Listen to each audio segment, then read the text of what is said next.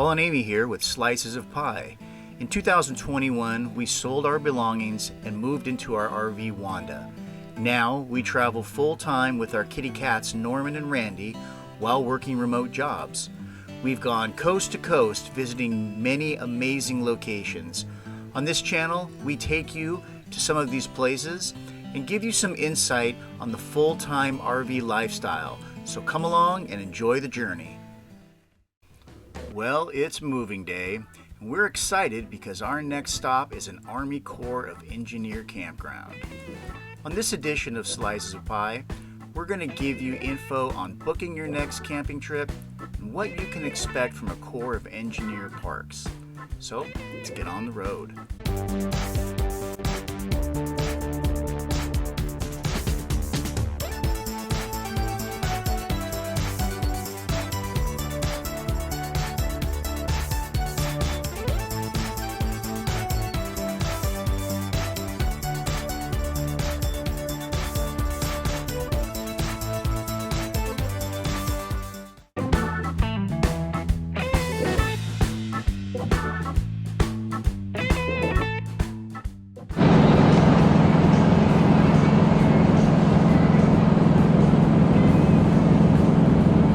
Watching out the window?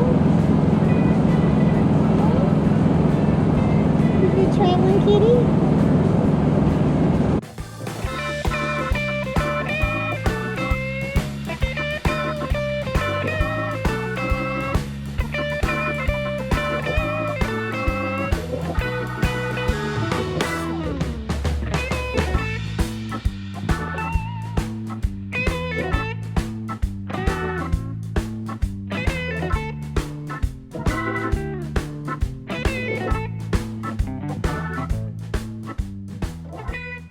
If you were to compare Corps of Engineer to like a traditional RV park, this is much more like camping in almost every way. You're going to have a ton of nature. You're almost always by a body of water. In fact, check out over my shoulder, this beautiful lake right here. Actually, it's part of a river. You're going to get lots of space between your campsites, so you're not going to feel so crowded. The downside is that you're not going to have things like a clubhouse, you're not going to have a pool, and in fact a lot of the Corps of Engineer parks, although they're located by water, won't have a swimming area. That's not universally true, but it's often the case. What you do get here as well is usually a boat ramp, so if you're like us and you like to play on kayaks, you're able to get your boats in the water really easily. Other amenities you're going to find at a Corps of Engineer park are going to include bathrooms, showers, usually some place to do your laundry, not always. You're going to have playgrounds and other things that really make it a comfortable and fun stay. The biggest difference between what we're finding at parks like this and an RV park, there's no annuals. Other than the people that work here and that are park hosts, you are not going to have lots of rigs set up for permanent living, so it does make it a lot cleaner, and it's just a little bit more welcoming to people who are transient like ourselves and move around a lot. Look at how big this site is, how deep and far back that goes. And as you can tell by looking at some of these other sites, there's a lot of space in between the sites. So there's a lot of area for you to stretch out and feel comfortable. But let's walk back here. I want to show you guys what we have at this particular one. Now we've been at other ones that have had like covered picnic areas and whatnot. This one doesn't have that, but it does have this area that's etched out for all your stuff. There is a picnic table. There's a garbage bag hook over there. I usually hang my wind chimes from it. There's a fire pit, all this. One thing about Army Corps of Engineer sites too is they're always on the water. So check out this site we have. You can see the water right there. They're usually on a reservoir or something like that. Notice how we're on a cement pad. It's all nice and level. The roads here are all asphalt. And this particular one that we're at, we have full hookups. So we have sewer, we have 50 and 30 amp. We also have water. It's really nice actually. Now, even though the water is right there. It doesn't always mean that you have really good water access. But you want to see where my access is? Come with me. So we're gonna take a minute here. Be patient with me. I'm gonna walk down here. It's kind of cool actually. It gives you the rustic experience. You know, being the fact that we're camping out here, there's all kinds of critters. There's deer, raccoons, all kinds of stuff. I did set up some trail cams, so if for some reason I did catch something on there, I'll put it on at the end of the video. However, just this little bit of time that I've walked, check it out. I'm at the water. And there's fish out here. I unfortunately haven't been able to catch any of them, but they're like jumping all over out here. They're taunting me. I brought my kayak out here yesterday. I was actually able to drag it down here, put it in the water right here and go out, but I didn't catch anything. But it's here. You know, you have that accessibility to the water. It's really nice. Another thing too is the sites here are easy to get into. Usually they're at a really good angle here to where you can just pull in and back in really easily. So I know we've all had issues sometimes with spots where it's really hard to get into.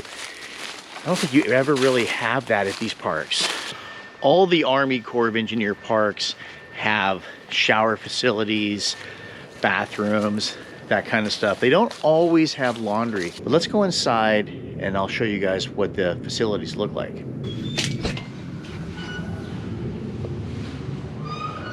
So check it out. They got sinks, several of them actually. Over in this area, they've got showers. Looks like they've got several stalls. And if you look, they're not bad. They're not huge. But they have nice spigots. They definitely have enough space for you to take a shower and be kind of comfortable. I tried them out last night. They work really great. Then over here, you know, it's nothing special. It's nothing, I would say glamorous, but it's definitely nice. They have air conditioning here. They have heat in here. So I came over here, it was cold last night. And when I came over here, it was nice and warm. So definitely the facilities here are good. As you can see behind me, the sites are really big. Like I mentioned with our site, you can fit any size RV in here. And I mean any size. I don't care how big you are, you'll fit. Like look behind me here. That's a big fifth wheel and that's a pull through. And I think on average, the back end sites, like ours isn't special. Ours, like we back in, you're probably like a good 70 feet, 80 feet. A lot of these are over 100 feet to back in. So you don't really have to worry too much about how big your rig is. So that's always a plus. Not to mention the fact that the sites are really level. You don't have to really block up your vehicle at all to get it nice level. Check this out. These guys went all out. Obviously, it's almost Halloween here. And since you're allowed to be here for a couple weeks, a lot of people actually book it out for the full 2 weeks so that they can spend their Halloween here. It's kind of cool. I think that even like, if you're gonna be in one of these spots though, you definitely need to have candy available because you're gonna be trick-or-treating. So let me tell you a little bit about this park and Army Corps of Engineer parks in general. So we were able to book this in advance 6 months, which is awesome. If you're a person like me, like to plan ahead. What makes this additionally an awesome choice is the price. So $30 a night. At this park, it's full hookups. Most of the Corps Engineer parks that we stay at are just water and electric. You can stay up to 14 days at a time. And the price is super affordable, especially if you're watching this, you're a senior, or if you have a permanent disability of any type. Not 100% disability, just any disability that's permanent of any type. You're able to get a 50% discount at these parks. which meant we were able to stay here for 6 nights at $15 a night. In addition to discounts and the time frame that you have to be able to book, you also get to pick your site. Most of the parks on the reservation, recreation.gov, will include pictures, so you get an idea of what your site's going to look like when you get there, how long the pad is, and what other amenities are included. It's very convenient to make a selection, and if you are booking 6 months out, for most parks, you're going to have a lot of options. The exception is going to be the ones that are located in southern Florida. You need to be very much on top of it the morning that those reservation windows open up. That's going to be at 7 a.m. Pacific Standard Time, so plan ahead if you would like to book one of their 3 parks that are down there in southern Florida. Each Corps of Engineer park has its own policies. The one we're at today, checkout's not even until 3 o'clock. We could stay a lot longer. We're going to get on the road, but it's a nice option if you want to extend your stay through the afternoon. In addition, you'll want to check ahead to see what their lockup policies are. The reason for that is we have stayed at a Corps of Engineer park where you could leave the park, but you couldn't get back in between like 10 p.m. and 7 a.m. They did tell us they were going to shut the gates here, but we found that they were open when we had to leave really early one morning to take the cats to the vet. So it worked out okay, but just be mindful. If you have things that you want to do in town, but the park is locked up, you can't get back in, it would be horribly inconvenient. I've brought up a whole bunch of things about Corps of Engineer parks, so please go ahead and add your questions as comments to this video. I'd be happy to answer those to you, send you links. In fact, we'll put the link to recreation.gov in the description of this video, so you can go and explore a Corps of Engineer park for you. Hope you guys found this video informative.